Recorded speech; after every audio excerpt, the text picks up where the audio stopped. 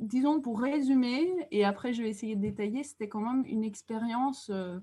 Je ne savais pas à quoi m'attendre, j'appréhendais assez, vu que, pour le contexte, pour ceux qui ne savent pas, donc j'ai animé un atelier de renaissance écologique de 3 heures le samedi passé à une maison d'arrêt.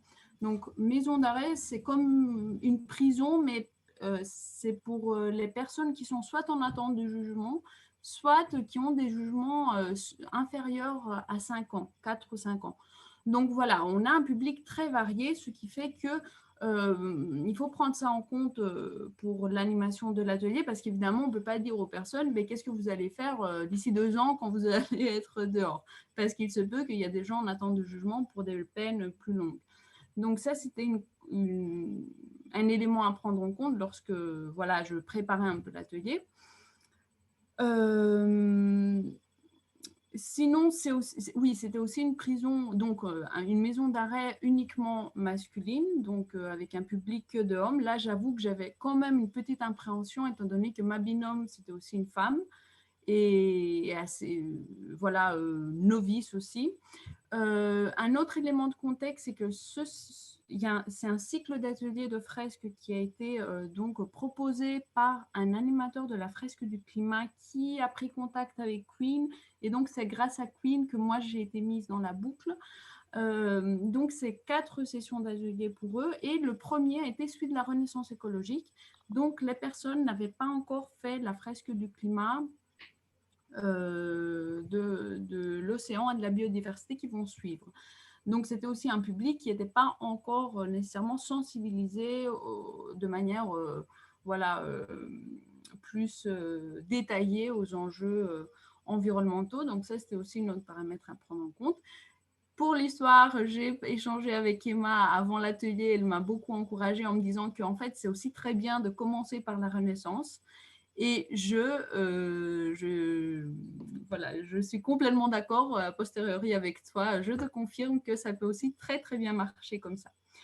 Donc, voici les éléments de contexte. Donc, ça s'est déroulé c'était un atelier très matinal qui devait commencer à 8 heures. Bon, avec tout le temps de passage de contrôle, etc., c'était plutôt 8h30 jusqu'à 11h30. Et un autre élément que je n'avais pas vraiment dimensionné bien dans ma tête, c'est qu'est-ce que c'est de se retrouver dans une maison d'arrêt, parce que c'est un environnement très violent. Si vous voulez que je donne plus de détails, je peux. Évidemment, je n'ai pas de photos pour témoigner, parce que si une chose était interdite d'accès dans la prison, dans la maison d'arrêt, c'était tout ce qui est numérique. Donc, j'avais un USB, j'ai dû le laisser. C'est vraiment très, très sévère à ce niveau-là, et j'ai très bien compris pourquoi, parce que ce qu'on voit dedans, on ne doit surtout pas pouvoir le montrer à l'extérieur. Voilà sur les éléments de contexte. Je ne sais pas si j'oublie quelque chose. De toute façon, après, si vous avez des questions sur le contexte, vous pouvez me les poser. Donc, atelier de 3 heures, je me suis dit que voilà, je ne vais pas... oui, un autre élément important, c'est que donc, ça a été organisé par un fresqueur du climat qui a été en contact avec une association qui s'appelle Association Champs Libres. Et le rôle de cette association, c'est d'aller dans des endroits où les personnes sont isolées. Donc, ça peut être des prisons, des maisons d'arrêt, des hôpitaux psychiatriques et des lieux d'insertion. Donc, leur but, c'est d'aller au contact de ces personnes-là pour voilà, pour créer des activités, pour un peu apporter un peu de beauté dans leur vie. Et ils organisent aussi des ateliers philo. Merci beaucoup Emma pour le lien. Ils organisent beaucoup de choses pour ces publics-là. Et aussi, ils ont fait une formation pour préparer les animateurs et les accompagnants qui seront présents. Donc ça, c'était aussi très utile, parce que donc c'était une formation, on l'a fait en ligne en l'occurrence, parce que tout le monde n'était pas disponible en présentiel, et on a eu droit à beaucoup d'informations sur qu'est-ce qui est le milieu carcéral. Donc ça permet de comprendre un peu qu'est-ce que la France fait, comparer aussi avec d'autres pays et comprendre là que le milieu carcéral français, c'est pas une petite plaine de jeu, mais c'est un outil répressif très important qu'on ne connaît pas parce que personne de nous a été en prison que je sache.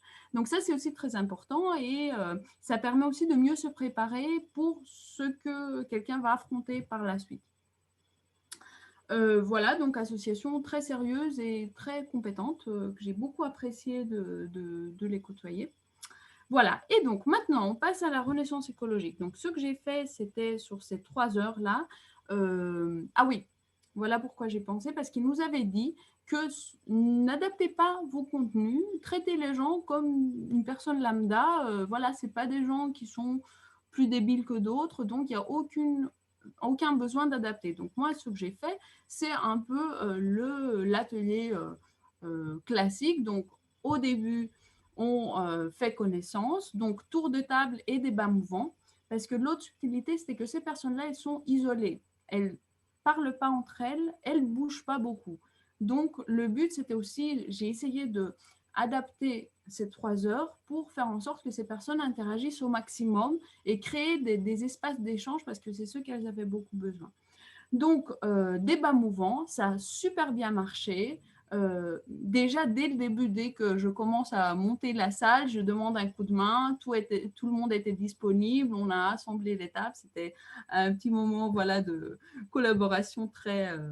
voilà, là, on voit directement que c'est des personnes qui veulent beaucoup échanger, qui sont bienveillantes, etc. Autre petite subtilité, c'est que c'est quand même des personnes, parmi les 800 incarcérés, cette maison d'arrêt elle est pour 400, ils sont à 800 personnes, si je me souviens bien des chiffres, donc c'est surpeuplé. Et il y a eu 14 inscrits, dont 10 ont pu finalement venir parce que les autres, soit ils ont reçu une interdiction de dernière minute, parce que ce n'est pas qu'ils ne se sont pas levés, hein, bien évidemment, c'est que s'ils ne viennent pas, c'est pour force majeure et c'est parce que… probablement, ça a été désapprouvé en dernière minute. Et ça, j'ai assisté quand il y avait le garde qui demandait au centre de contrôle est-ce que tel, finalement, a eu l'accord ou pas. Voilà. Donc, c'est quand même 10 personnes donc, qui sont plus intéressées par ces… qui voulaient être là. Hein. Ça, je précise, peut-être une autre personne, s'ils étaient forcés à le faire, peut-être ce ne serait pas la même ambiance. Donc, on monte, ensuite, tour de table, prénom et qu'est-ce que vous attendez. Évidemment, pas qui vous êtes, où vous habitez, etc., bien évidemment. Ensuite, débat mouvant sur est-ce que vous considérez que vous connaissez les enjeux dans un axe et dans l'autre axe. Je leur ai demandé est-ce que ça vous intéresse, la question est-ce que vous voulez agir. Bon, c'est des questions… je ne m'attendais pas à avoir des noms, mais tout n'était pas oui non plus. Donc, c'était intéressant. Ensuite, je les ai invités à échanger sur pourquoi ils se sont placés, donc débat mouvant classique. Et ensuite, voilà, j'ai quand même fait 5-10 minutes d'éléments de contexte sur les enjeux, mais sans être dans la catastrophologie, parce que ces gens-là, bon, voilà, ils ont aussi d'autres chats à fouetter. Le but, ce n'était pas de leur dire que, voilà, des événements extrêmes nous attendent, mais quand même, j'ai évoqué les limites de la planète, les limites en ressources, etc. Mais ce que j'ai, oui, a posteriori, ce que je me dis, j'ai quand même, en étant là, essayé d'adapter quand même mon vocabulaire. Par exemple, des mots comme approche systémique et des mots, par exemple, la bienveillance, etc. Bon, j'essayais d'être un peu, utiliser du vocabulaire autre que celui qu'on est nous-mêmes habitués à utiliser, mais le contenu était complètement le même. Donc ensuite, donc arpenter les 24 chantiers dans la partie découverte de la fresque et ensuite, je les ai invités à travailler en sous-groupe sur des thématiques de leur prédilection. Donc à chaque fois, j'ai essayé de, comme je disais tout à l'heure, de ne pas trop fermer la possibilité qu'ils avaient. Donc, je ne leur ai pas dit, vous êtes dans un conseil municipal, je leur ai donné le choix. Est-ce que vous voulez être quelqu'un qui a du pouvoir, donc dans un conseil municipal par exemple, ou est-ce que vous voulez être vous-même dans le futur? Et comme ça permettait à ceux qui pouvaient se projeter dans une vie réelle qui le fassent et ceux qui ne pouvaient pas de se mettre dans une situation d'imaginaire complète. Et ça a très bien marché.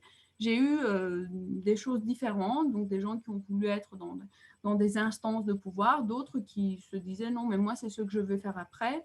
J'ai eu des gens qui se reconvertissaient, qui faisaient des formations pour devenir, par exemple, diagnostiqueur de performance énergétique pour les bâtiments. J'ai eu des gens qui voulaient faire de l'agroécologie et donc une équipe a travaillé sur ça. J'ai récolté beaucoup de papiers, je leur avais amené pour écrire et ils ont beaucoup écrit sur des post-it, sur des feuilles blanches. Donc vraiment, il y a eu à ce niveau-là un engagement très important.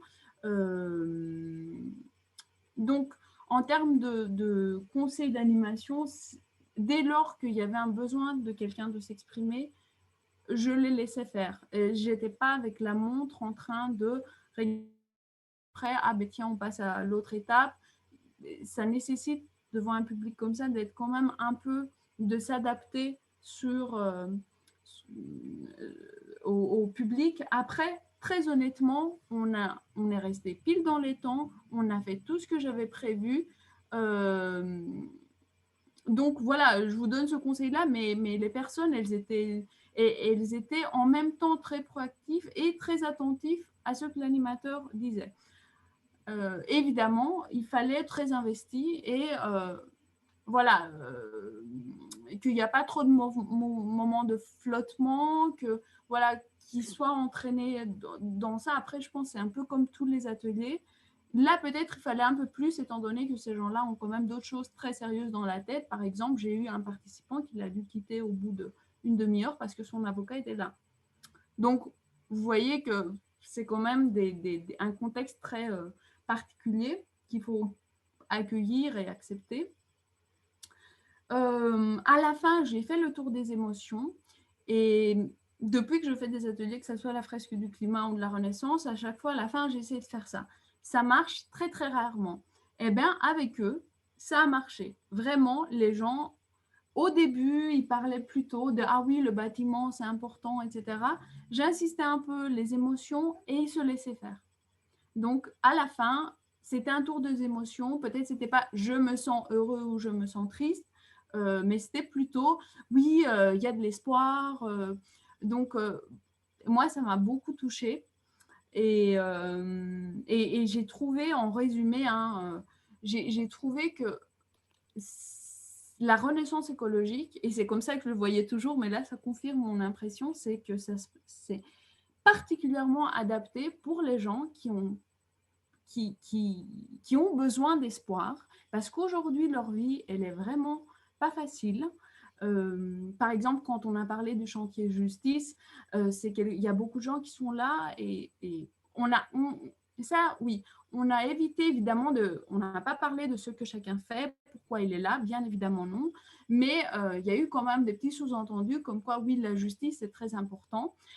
Ce que j'ai fait quand même dans l'atelier, qu'on n'a pas dans l'atelier découverte, c'est cette histoire de qu'est-ce qui va bien aujourd'hui, qu'est-ce qui ne va pas bien aujourd'hui, et genre les effets du bon gouvernement pour vous et du mauvais aujourd'hui. Et ça, c'était aussi très révélateur. Par exemple, la question de la justice est beaucoup ressortie, la question de la collaboration. Donc, oui, ça, c'était quelque chose qui les a beaucoup inspirés. Et ensuite, dans le choix des chantiers, désolée, hein, je me rappelle des choses et je vais en arrière et tout. Dans les chantiers qui ont été sélectionnés, donc c'était quand je vous ai dit l'agroécologie, il y avait aussi le chantier de la spiritualité. Moi, j'ai jamais eu ça dans un atelier, quelqu'un qui me dit spiritualité.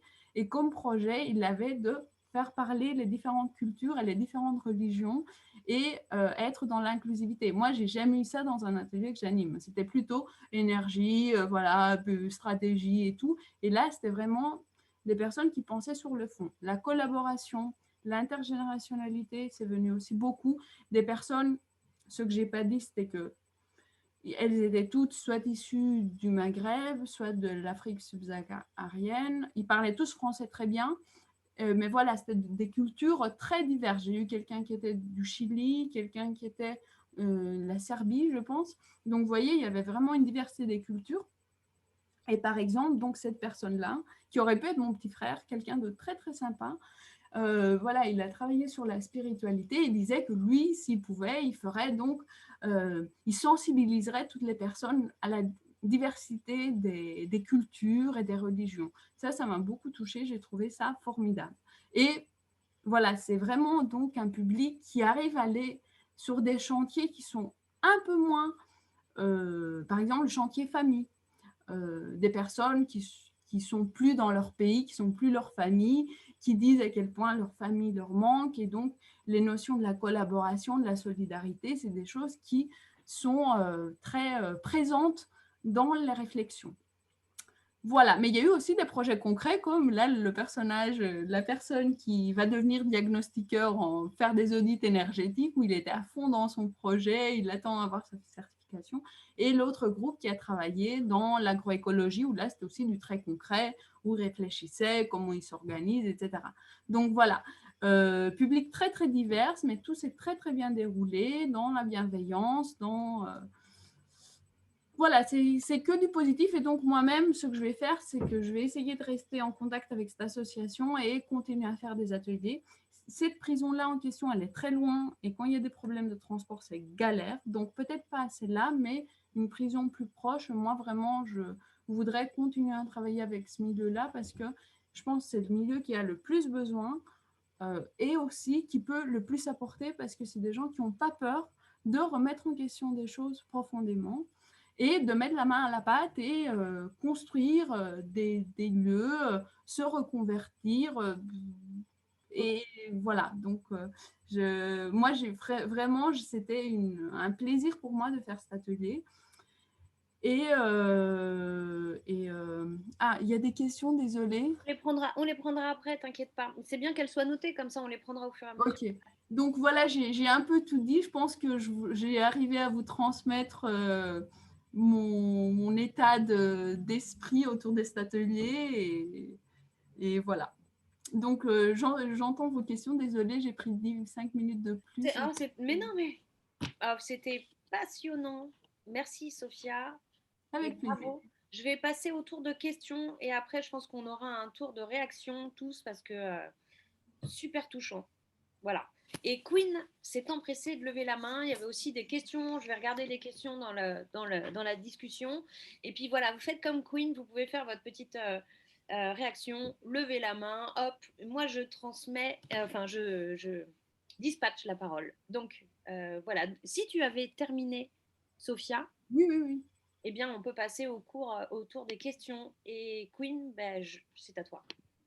Alors moi, j'avais pas de questions, mais c'était plus pour apporter des points, pour compléter ton propos, Sophia.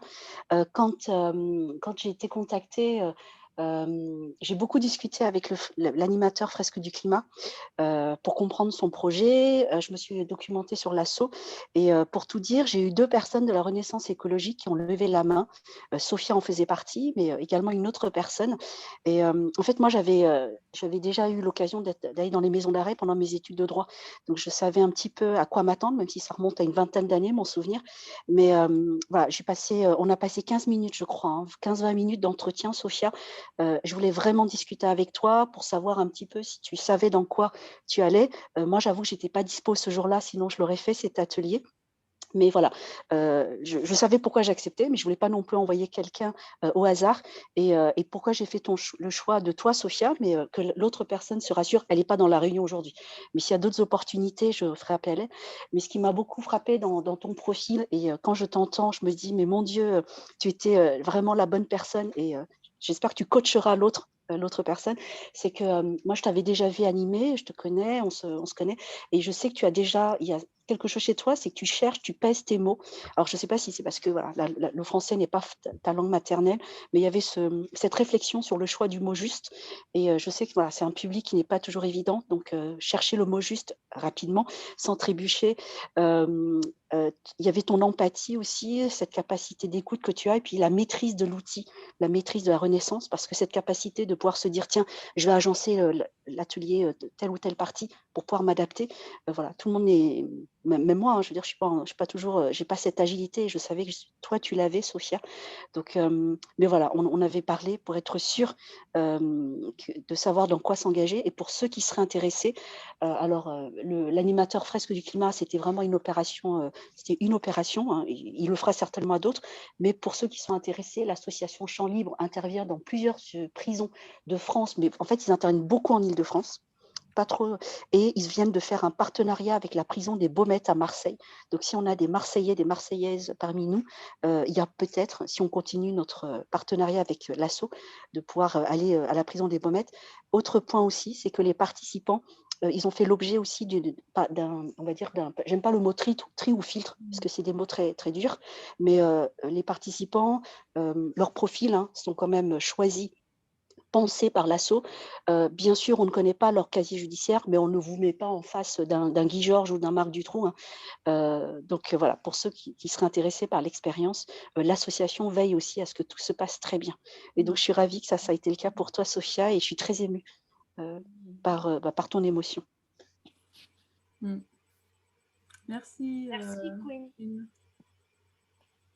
Julien, à ton tour, tu avais noté une question dans la discussion, mais c'est peut-être celle-là que tu veux poser.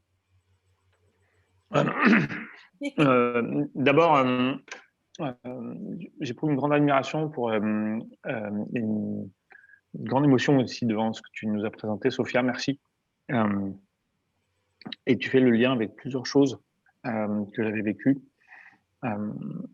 Une des premières interviews que j'ai eu l'occasion de faire, c'était à Arles avec une journaliste qui venait d'utiliser la fresque en maison d'arrêt et qui m'avait un peu interpellé pour me dire et alors, vous qui parlez avec enthousiasme, un truc machin, est-ce que ça marche avec des gens qui sont dans des milieux très, très fermés et j'aimerais bien retrouver la trace de cette journaliste pour partager l'enregistrement qu'on vient de faire.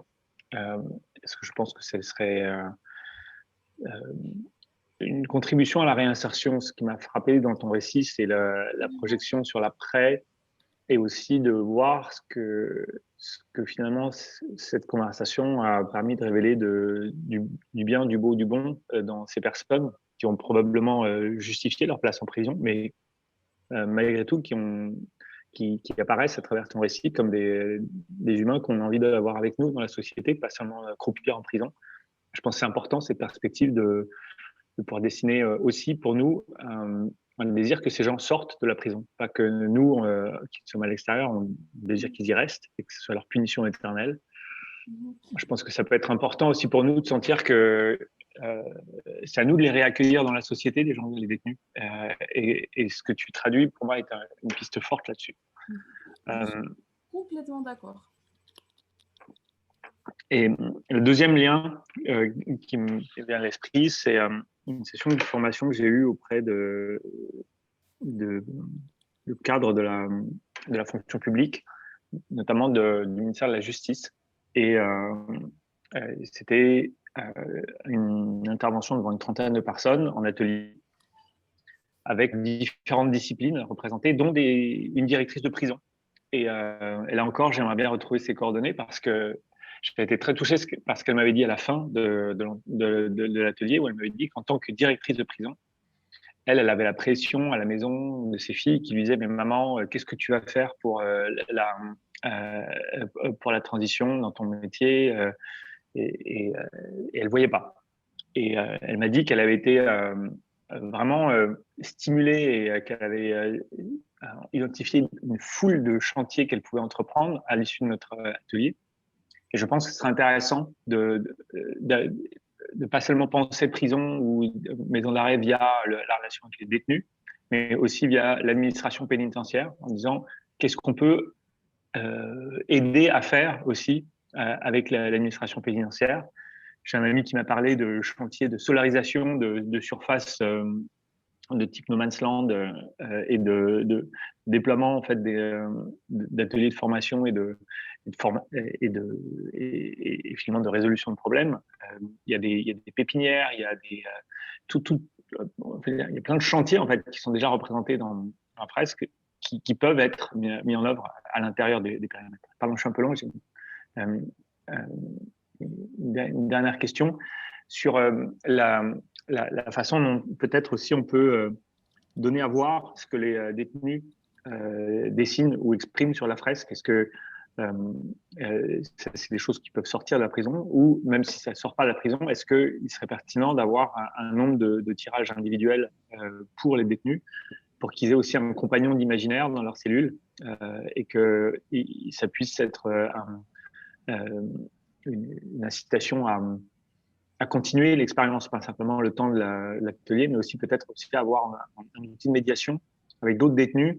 Il y a quelquefois des barrières de la langue, des gens qui ne s'expriment pas forcément dans la même langue ou avec aisance à l'oral. Et là, il y a peut-être quelque chose qu'on peut faire en proposant des volumes de tirage à l'administration centrale.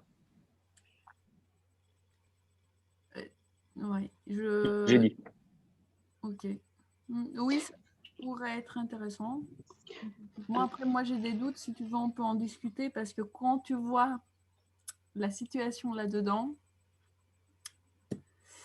ouais, ça, je n'ai pas voulu m'étaler, mais voilà, c'est des conditions laissées. Ouais, bon, peu importe. Peut-être pour compléter ton propos, Julien, juste un point, c'est qu'il y avait un animateur fresque du climat il y a 2 ans, 3 ans même, Frédéric Julie, qui était intervenu dans une maison d'arrêt à la demande des pensionnaires et pas du directeur. Et en fait, ces pensionnaires ont souhaité devenir animateurs de la fresque du climat pour pouvoir animer en ligne à d'autres détenus dans d'autres établissements. Donc, je peux te mettre en relation avec Fred pour qu'il te dise un petit peu si, enfin, je t'avoue, je n'ai pas suivi l'affaire. Fred me l'avait raconté, mais si ça peut t'intéresser, Julien, je peux te mettre en relation. Je me permets parce que du coup, je me donne la parole, mais comme j'ai levé la main. Justement, en fait, ma question, c'était de savoir qu'est devenue la fresque. Est-ce qu'ils ont beaucoup colorié voilà. Et la fresque, tu l'as laissée sur place. Ils voulaient en faire quoi? Alors, je vais être très honnête.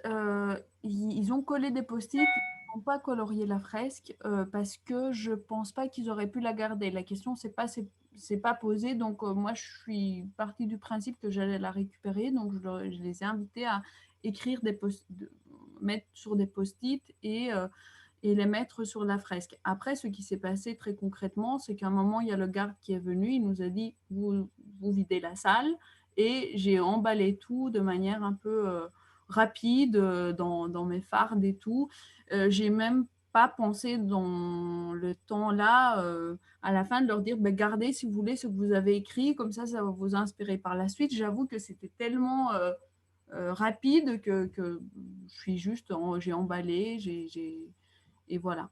On a remis les tables à la place et où elles étaient, et ça s'est fini un peu comme ça. Donc ça, par exemple, c'est dans ma...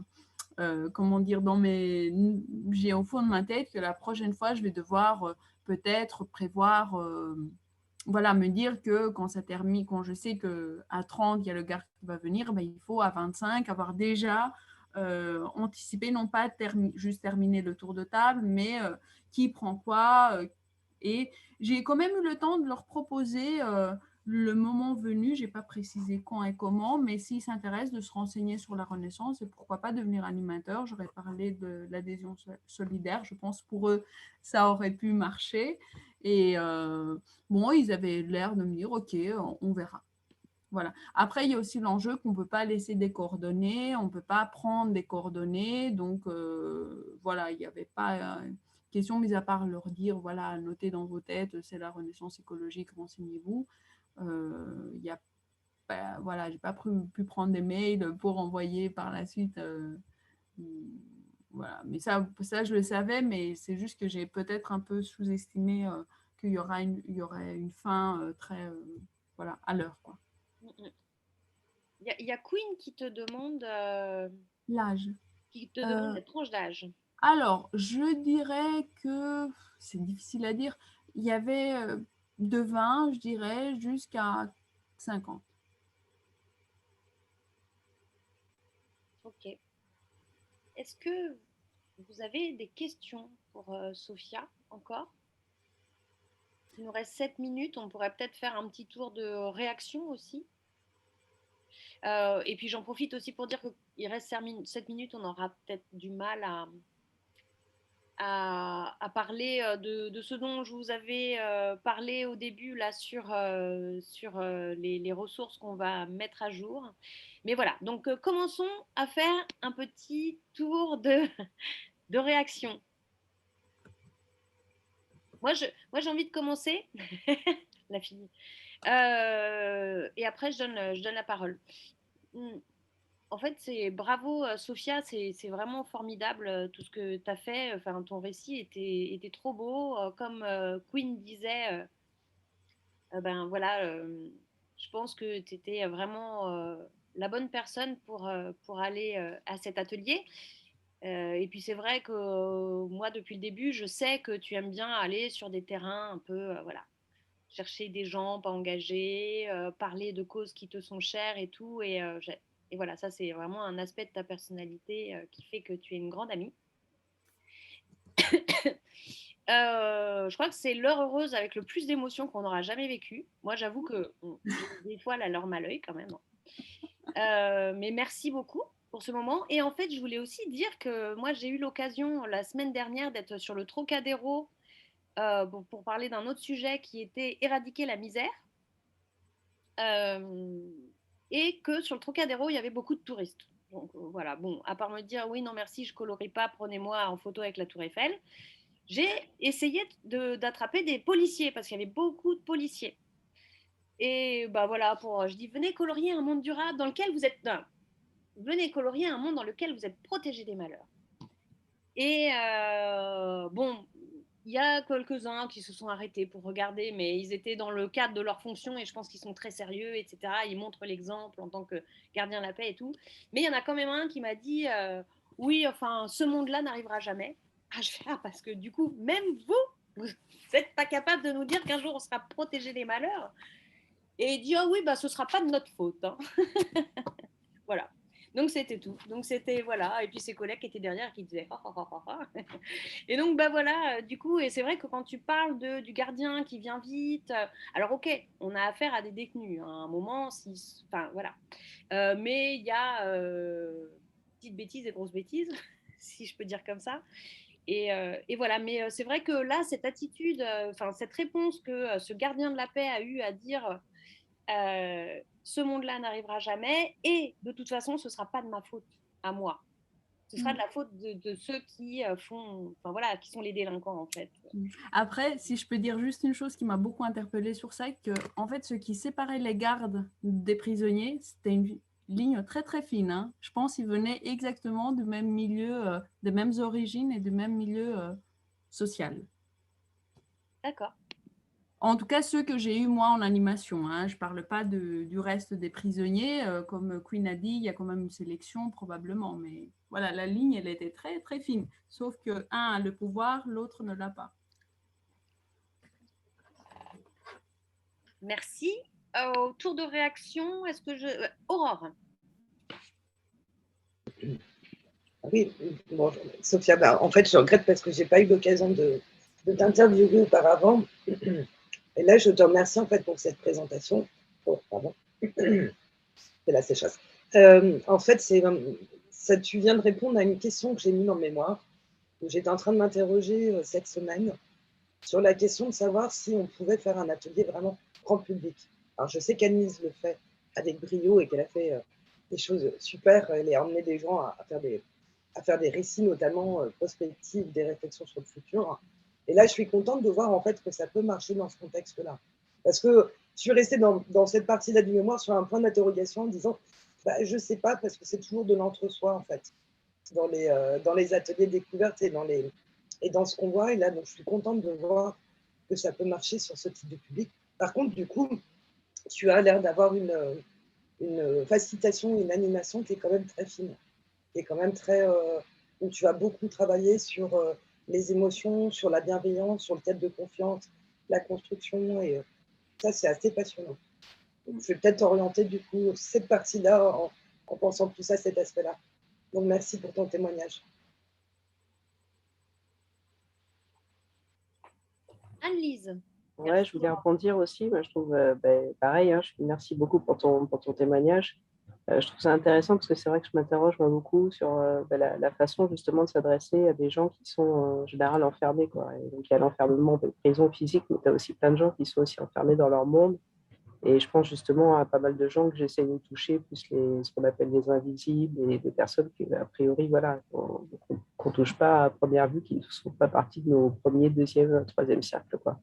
Et qu'il faut à un moment arriver à toucher, quoi. Donc, ça fait toujours, voilà, ça me permet un peu de réfléchir aussi, et puis de réfléchir à nouveau à la posture, et puis après, voilà, au-delà des moyens de les atteindre, déjà de les faire venir, c'est aussi après, une fois qu'on y est, quoi, c'est vrai qu'il y a quelque chose voilà, il y a une posture plus réfléchie à avoir, sans doute aussi plus réfléchie à ton, voilà, à ta façon plutôt que, voilà, que la façon, par exemple, dans laquelle parfois je vais proposer des ateliers où je me retrouve avec des gens qui me ressemblent en fait, quoi. Donc voilà, c'est aussi ça, cette réflexion-là.